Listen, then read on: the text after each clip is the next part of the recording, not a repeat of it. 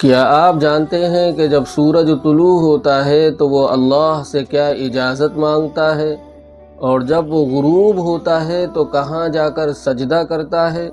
آج کی یہ ویڈیو آپ کو زندگی کی حقیقت اور اس کائنات کے مالک کی عظمت سے روشناس کرائے گی۔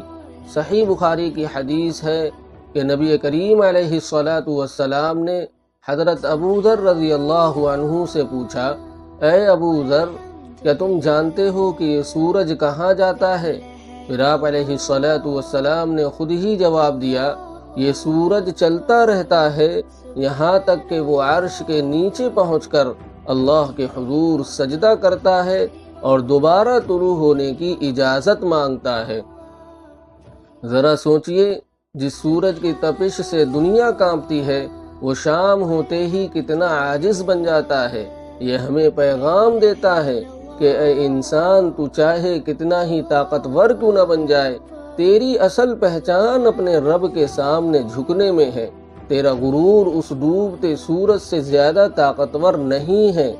اور سورج کا نکلنا ہمیں یہ سکھاتا ہے کہ رات کتنی ہی کالی اور طویل کیوں نہ ہو، اسے ختم ہونا ہے۔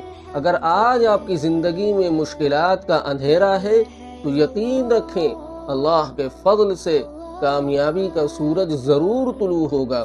ہر طلوع آفتاب اس بات کا پیغام ہے کہ اللہ نے آپ کو توبہ کرنے اور اپنی زندگی کو بہتر بنانے کا ایک موقع اور دیا ہے۔ اس لیے ہمیں ان نشانیوں سے سبق لے کر اپنی زندگی کو بہتر بنانا چاہیے۔